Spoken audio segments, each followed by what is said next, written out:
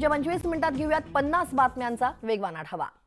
सातारा जिल्ह्यातील जिहे कटापूर योजनेच्या उद्घाटनासाठी पंतप्रधान नरेंद्र मोदी यांनी भेटून खासदार रणजित नाईक निंबाळकर आणि खासदार उदयनराजे भोसले यांनी निमंत्रण दिलेले आहे। नवी दिल्ली इथं त्यांनी पंतप्रधान नरेंद्र मोदींची भेट घेतली आणि यावेळी मराठा आरक्षण आणि धनगर आरक्षणाच्या मुद्द्यावरती देखील चर्चा झाली।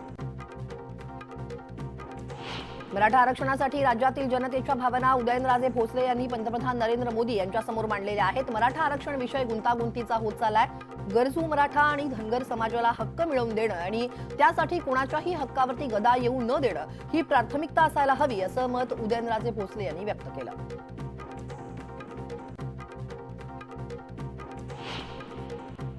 भारतामध्ये JN1 या कोरोनाच्या नव्या व्हेरियंटचे रुग्ण सापडल्यानं खळबळ उडाली आहे। कोरोनाच्या पार्श्वभूमीवर देशभरात भीतीचं वातावरण आहे, त्यामुळे आरोग्य विभागानं योग्य ती काळजी घेत सर्व जिल्ह्यांना दक्षता घेण्याचे आदेश दिलेत। श्वसनासंदर्भातील आजारांचं संक्रमण होत असलेल्या रुग्णांचे अधिक सक्षमपणे सर्वेक्षण करण्यासाठीच्या सूचना देत कोरोना चाचण्या वाढवण्याचे निर्देश देखील देण्यात आले।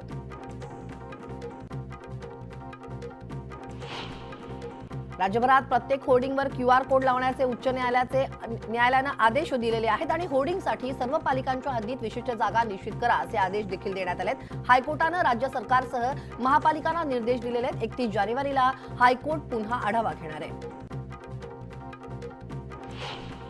गेल्या काही वर्षात राज्यभरात अनधिकृत शाळांचा गंभीर प्रश्न निर्माण झाला। याच पार्श्वभूमीवर शिक्षण विभागानं महत्त्वाचा निर्णय घेतलेला आहे। राज्यातील कोणत्याही भागात नवीन अनधिकृत शाळा सुरू झाल्यास संबंधित शिक्षणाधिकाऱ्यांना व्यक्तिशः जबाबदार धरलं जाणार आहे आणि त्यांच्यावरती शिस्तभंगाची कारवाई देखील करण्यात येणार आहे।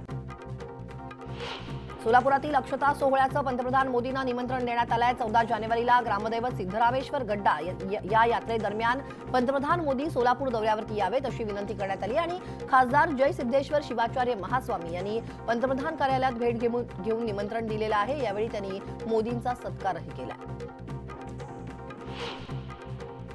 23 डिसेंबर रोजी बीड इथं होणाऱ्या जरांगेंच्या इशारा सभेच्या पार्श्वभूमीवर वाहतुकीत मोठा बदल करण्यात आलाय। वाहतूक कोंडी होऊ नये यासाठी गेवराई ते मांजरसुंबा आणि तेलगाव ते बीड या मार्गावरील वाहतूक पर्यायी मार्गाने वळवण्यात आली आहे।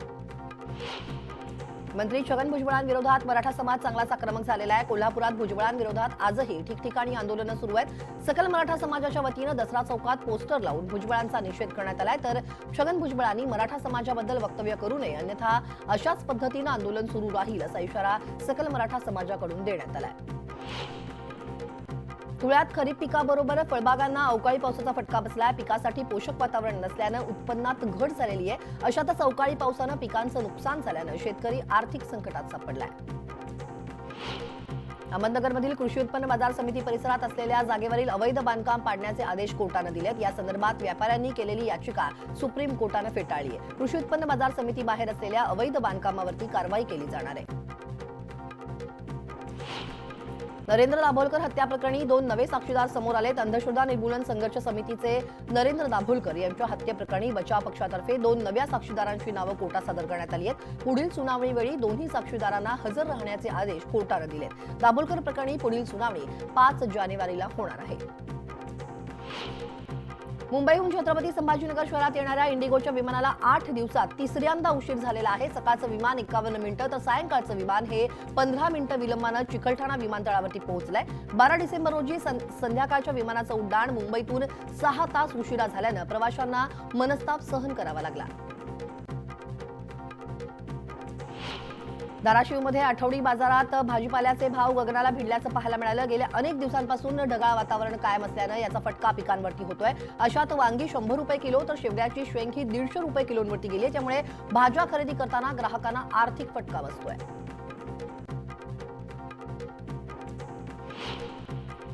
आता नवीन माल येणार असल्यानं तुरडाळ 20 रुपयांनी स्वस्त झाली आहे। मुगडाळ 10 रुपयांनी उतरलेली आहे। चणा, उडीद आणि मसूर डाळीचे दर स्थिर असल्यानं व्यापाऱ्यांनी सांगितलंय तुरडाळीच्या दरात सातत्यानं वाढ सुरू आहे।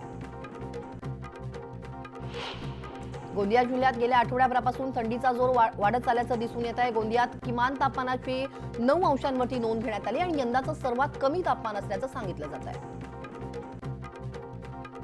सोलापूर कृषी उत्पन्न बाजार समितीच्या संचालक मंडळाची मुदत ही 14 जानेवारीला संपणार आहे। अशातच बाजार समितीच्या सचिवांना मतदार यादी तयार करण्याच्या सूचना देण्यात आल्यात आणि 4 जानेवारीपर्यंत प्रारूप मतदार याद्या देण्याचे आदेश जिल्हा उपनिबंधकांनी बाजार समितीला दिले।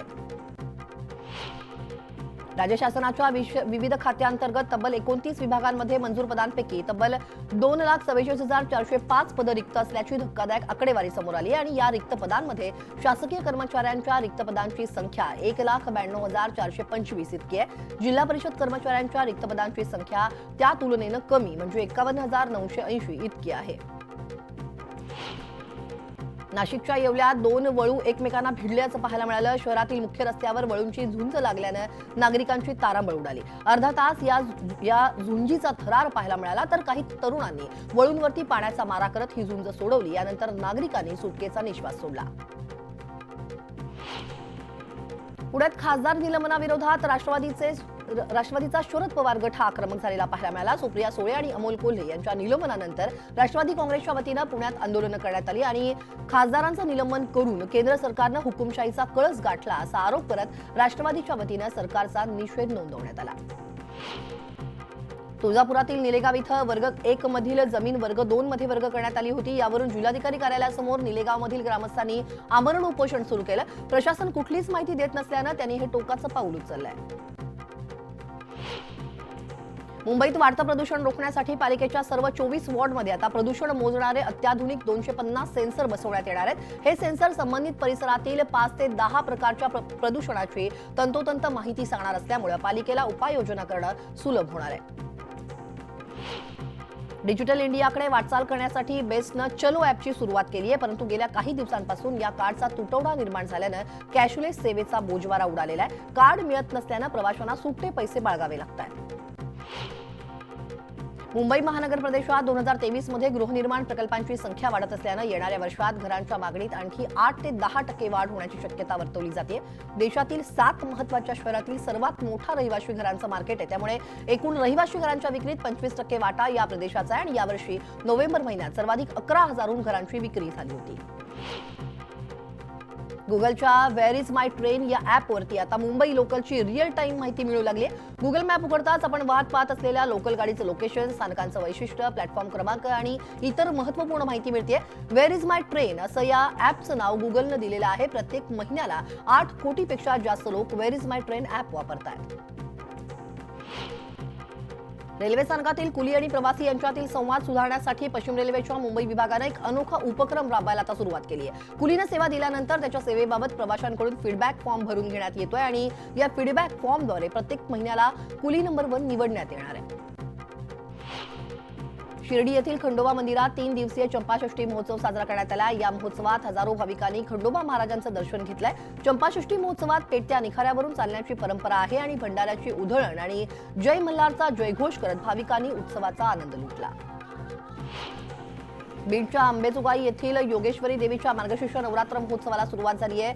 19 ते 26 डिसेंबर हा या महोत्सवाचा कालावधी आहे. गेल्या शेकडो वर्षांपासून महोत्सवाच्या 9 दिवसात आराध बसवण्याची परंपरा आहे.